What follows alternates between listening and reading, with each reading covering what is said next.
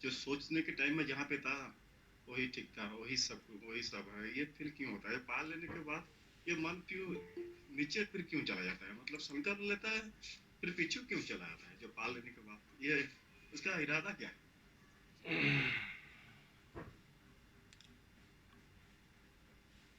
इरादा तो साफ है, साफ सुथरा। मेरी आवाज ठीक से आ रही है ना? हाँ, अरे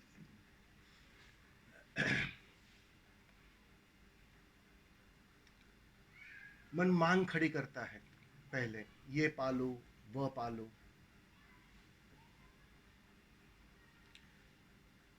क्योंकि एक भ्रांति पनकती है भीतर।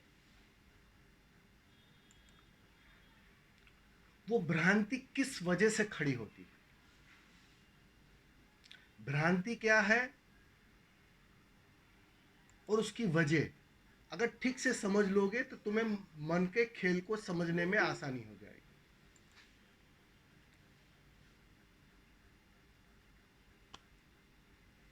पहले तो तुम देख नहीं पाते हो कि ये जो पल है, ये जो क्षण है, ये जो भरत खड़ा है, वो पूरा है, पूरा।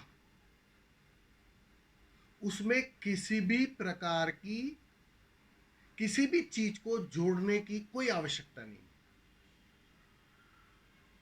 पूर्ण है। अब मन करता क्या है?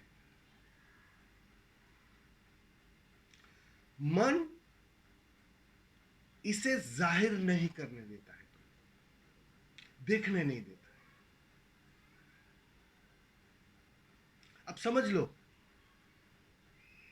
तुम तृप्त हो, अनुभव से तुम्हें दिखाई पड़ जाए।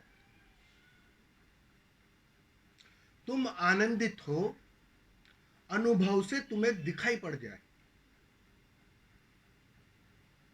तुम मन की बातों में आओगे, यहां वहां जाओगे, टटोलोगे कहीं उस आनंद को, उस प्रेम को, उस बुद्धत्व को। वो टटोलना ही इसलिए हो पा रहा है क्योंकि वो जो भीतर है वो साफ साफ दिखाई नहीं पड़ रहा। और मन अभी हावी है तुम पर, मालकियत बनाए बैठा है।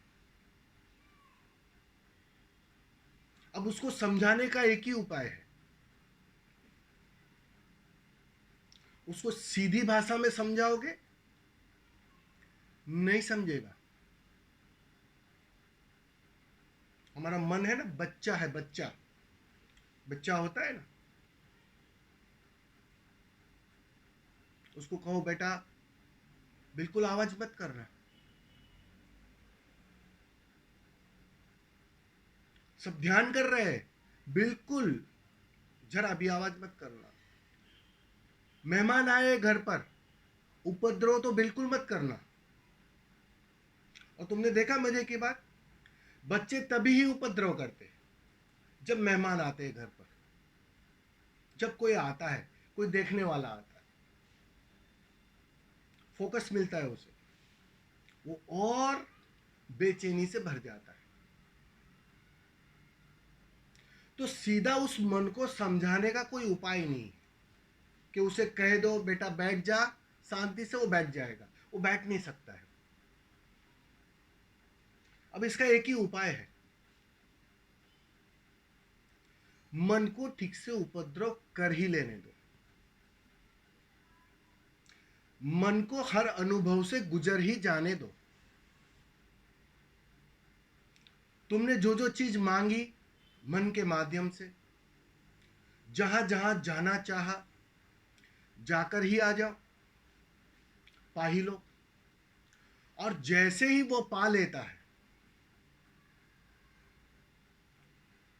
वो परिणाम उसे मिलता नहीं, वो तृप्ति उसे मिलती नहीं। क्योंकि इस जगत की सबसे बड़ी खूबी क्या है, इस अस्तित्व की सबसे बड़ी खूबी क्या है, खासियत क्या है, कि यहां तुम कहीं से भी तृप्त हो ही नहीं सकते हो। यह असंभव घटना है।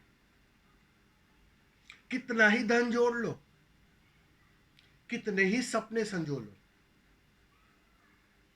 और समझ लो तुम उसे पा ही लो, फिर भी एक अतृप्ति बनी रहती है।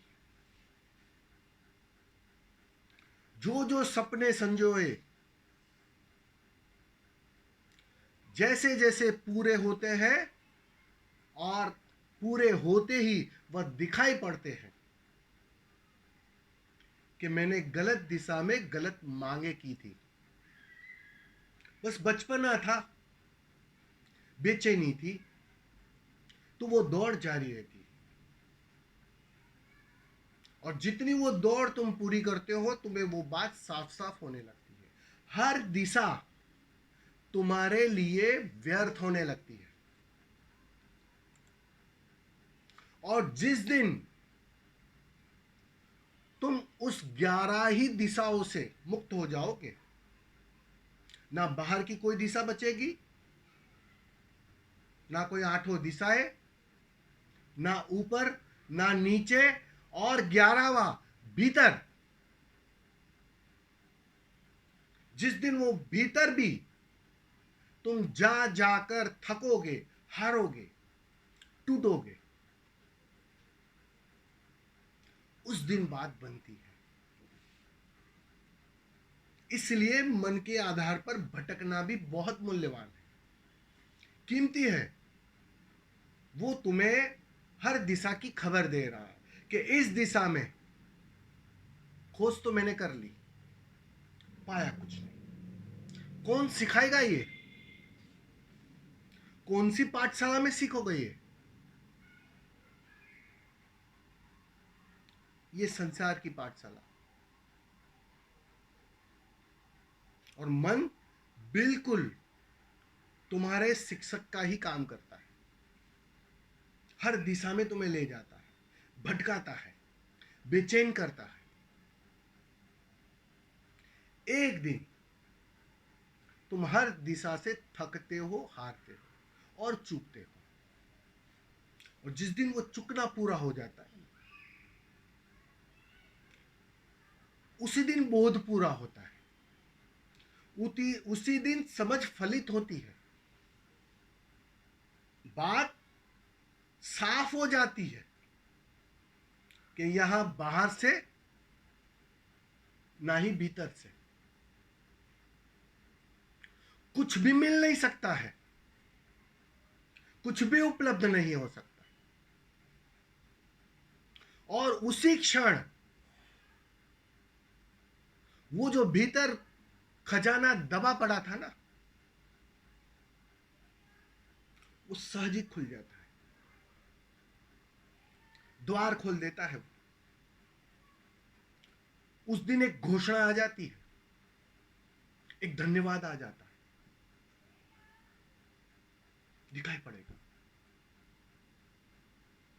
लेकिन ये जो सोचना, सपने संजोना और उसमें हारना, वो पाकर भी तुम हार लेते हो। बात सोचो जरा, सपने पूरे नहीं होते हैं, वो तो बेचारा समझता है मैं हारा, इसलिए बेचैन हूं। लेकिन तुम सोचो, जिनके सपने पूरे हो जाते हैं, उसकी तो असली बड़ी बेचैनी होती है। क्योंकि उसे तो दिखाई पड़ता है कि आज तक जीवन भर सोचा था कि यहां से कुछ मिलेगा, हाथ में है और मिलता नहीं। यहां हारने वाला तो हारता ही है, जीतने वाला बड़ी हार में प्रवेश कर जाता है। और जिस दिन तुम हर दिशा से ठीक से मायूस हो जाओगे, ठीक से हार ही ना जाओ, तब तक मन तुम्हें हर दिशा में ले जाएगा। उसे ले जाने दो, वो अपना काम कर रहा है, उसे ले जाने दो। वो धीरे धीरे तुम्हें हर दिशा से अवगत करा रहा है। सोचो जरा, घर में एक छोटी चीज खो गई हो कहीं, घर बड़ा है, घर वाले कहते हैं ना यहां ढूंढो शायद मिल जाएगा, वो अलमारी में ढूंढो शायद मिल जाएगा, वो कबाड़ में ढूंढो शायद मिल जाएगा, यहां वहां वो खोजने में संलग्न करवाता है। और जितना तुम खोजोगे तुम पाओगे कहीं से भी नहीं मिलेगा, क्योंकि जो खोज रहे हो ना तुम जिस चीज को, वो तुम स्वयं हो, तुम खुद। ये भरत झूठा है, लेकिन जो विराजमान है भीतर वो वही है, वही अद्वैत का हिस्सा, वही परमात्मा। लेकिन तब तक बाहर खोजना पड़ेगा, ठीक से खोजना पड़ेगा, ताकि कोई दिशा बाकी ना रह जाए, कल कोई संदेह बाकी ना रह जाए कि इस दिशा में खोजना मैं भूल गया था या मैंने नहीं खोजा था। वरना वह संदेह उस पूर्ण तृप्ति में बाधा बनेगा, रुकावट बनेगा, वो बेचैनी लाएगा, वो संदेह भीतर बना रहेगा कि वो कोना बाकी रह गया था। इसलिए संसार में हमेशा कहता हूं, संसार बहुत ही बहुत मूल्यवान है, भागना मत उससे। वो हर दिशा में खोज के लिए तुम्हें संलग्न करता है। समझ में आ रहा है ना भरत? हाँ समझ। तो नहीं बहुत पाने से मूल्यवान तो है ये। नहीं पाने से तो जो बेचैनी होता है उसको समझ में आता है, लेकिन ये पाने के बाद जो बेचैनी होता है वो बेचैनी का कोई हल नहीं ढूंढ पा रहा। हल है नहीं ना, कैसे ढूंढोगे? उसका हल है ही नहीं। जब तक ये जो खोज रहा है ना भरत, वो खो ही ना जाए तब तक उसका हल नहीं है। यहां अधूरे से बात बनती ही नहीं है। यहां जब तक भरत पूरी तरह खो ही ना जाए, मिट ही ना जाए, पूरी तरह समर्पित हो ही ना जाए, जब तक भी नदी नदी शेष रहती है ना, तब तक वो सागर नहीं हो पाती। और जब तक सागर ना हो जाओगे तब तक बात बनेगी नहीं।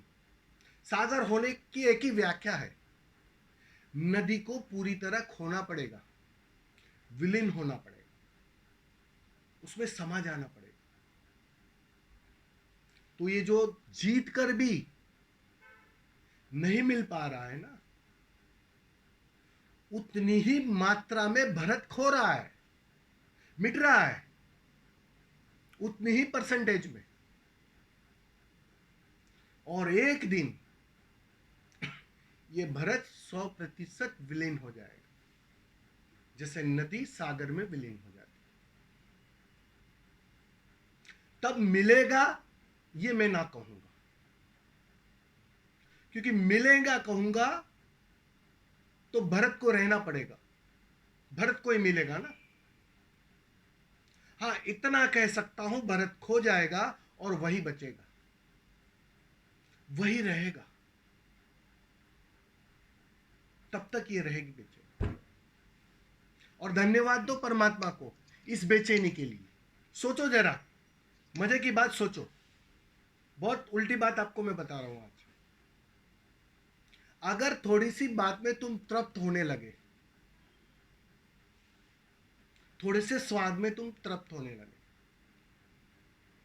थोड़े से सपने साकार क्या हुए, तुम आनंदित और तृप्त होने लगे। भरत, आगे की यात्रा कर पाओगे क्या?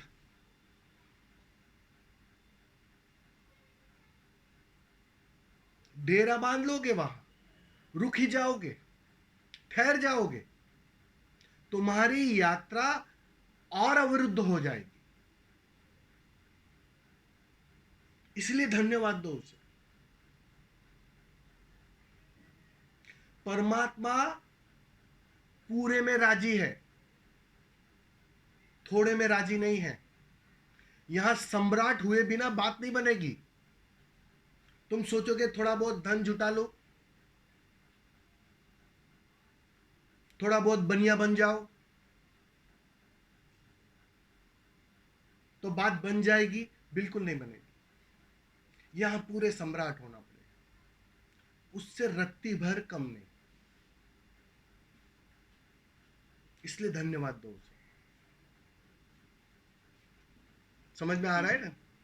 हाँ, लेकिन जिस जिस बात को अस्तित्व का मंजूर ही नहीं, उसी के पीछे ही मन का भागना है, वो हमेशा वही उसका ये काम करता है। भाई जिसके उसको अस्तित्व का उसको काम ही वही दिया गया है ना। अब तुम कहोगे फिल्म के डायरेक्टर को कि भैया फिल्म में विलन को ऐसा रोल क्यों दिया गया है? वो लड़कियों को छेड़ते रहता है, उल्टे सीधे काम करते रहता है, बेचैनियों में जीते रहता है, क्योंकि वो रोल उसका है। और वो रोल बहुत, देखो, राम की वैल्यू रावण के रेफरेंस में है। अब सोचो जरा, रावण ना होता तो राम राम होते क्या? राम के लिए भी रावण की उतनी ही आवश्यकता है। तो हमारा मन बिल्कुल वही काम कर रहा है। तुम्हें ये सारी परिस्थितियों से, सारी बेचैनियों से मुक्त करने के लिए ये मन बहुत सहायक है। तुम उसे मित्र की तरह देखो, शत्रु मत देखो। वो तुम्हारा काम कर रहा है। वो तुम्हें चैन से जो बैठने नहीं दे पा रहा है, तुम बैठ नहीं पा रहे हो, उसका अर्थ ही इतना है कि वो तुम्हें धक्का दे रहा है कि आगे की यात्रा और बाकी है, और आगे, और आगे। ये और आगे पे वो जोर लगा रहा है। तो ये शत्रु नहीं है। पहली बात तो उसके लिए अगर कोई भी गलत थॉट्स है मन के संबंध में, तो उसे निकाल दो पहले। वो बिल्कुल तुम्हारा काम कर रहा है। मैंने कहा ना, अस्तित्व का एक एक कण, उस कण में मन भी आ गया। तुम्हें समाधि की ओर ले जाने के लिए उत्सुक है, तुम्हारी सहायता कर रहा है, हर चीज सपोर्टिव है। लेकिन जो चीज तुम्हारे विचारों से मेल नहीं खाती है, तुम्हारे सपनों से मेल नहीं खाती है, उसको तुम नेगेटिव अर्थों में चित्रित करते हो, उसको स्वीकार नहीं कर पाते। वो समझ अभी फलित नहीं हो पा रही। दिखाई पड़ेगा एक दिन। अगर मन ना होता तो आज मैं जो जागा हूं, जो घटित हुआ है, वो ना हो पाता। चाहिए मन, मन के लिए उतना तो धन्यवाद जरूर दे देना। सोचो जरा, बुद्ध के पास अगर मन ना होता तो वो बुद्धत्व को उपलब्ध हो पाते क्या? जीवन दुख है, वो दिखाई पड़ता क्या? इन पीड़ाओं से गुजरने के लिए मन पूरी तरह सहायक मित्र है। शत्रु की तरह देखना मत, बस उसको थोड़ा समझना है। थोड़ा समझ जाओगे, बात आसान है। हाँ, तो समझिए ये सब तो चला जाएगा, ये सब ऐसे ही करके सारा दुनिया भी चला जाएगा, कुछ नहीं घट पाया तो उसके जिम्मेदार तो भरत ही होगा ना, और तो कोई तो नहीं हो सकता। होने दो ना, अगली बार भरत की जगह कोई और आएगा, उसको जिम्मेदार होने दो, तुम्हें क्या फर्क पड़ता है। लेकिन बात बन रही है, मैं ये कहना चाह रहा हूं, तुम फिक्र करो ही मत। ये जितना भी वक्त जा रहा है, तुम जाने अनजाने, तुम्हें पता हो ना पता हो, हर एक कदम उसी मंजिल की ओर बढ़ा जा रहा है। तुम बढ़ ही रहे हो, देखो जरा ठीक से उसे। जीवन की हर परिस्थिति तुम्हें मंजिल की ओर धकेल रही है, वो सहायक है, ठीक से देखो उसे। और तुम्हारी प्यास जितनी गहरी होगी, उतनी बात आसानी से बन जाएगी, सहज बन जाएगी। प्यास तो गहरी है लेकिन लेकिन बुझ नहीं रही। प्यास तो गहरी है लेकिन बुझने का नाम नहीं ले। वो बुझेगी नहीं, तुम बुझ जाओगे। बस उस दिन का इंतजार करो, और बुझ ही रहे हो, बिल्कुल चिंता मत करो, बात बन रही है। मैं तुम्हें देखकर कह रहा हूं, बात बन रही है। तुम्हारी उस प्रेम की अवस्था, उस भक्ति की अवस्था को देखकर मैं कह रहा हूं, बात बन रही है। आज जो तुम हो, वो उसी के कारण हो। वो क्यों नहीं देख पा रहे हो तुम? देखो जरा ठीक से, ठीक है। धन्यवाद। प्रणाम स्वामी जी। एक प्रणाम स्वामी जी, एक प्रश्न था हाँ। कि अंतर यात्रा में नॉनवेज खाना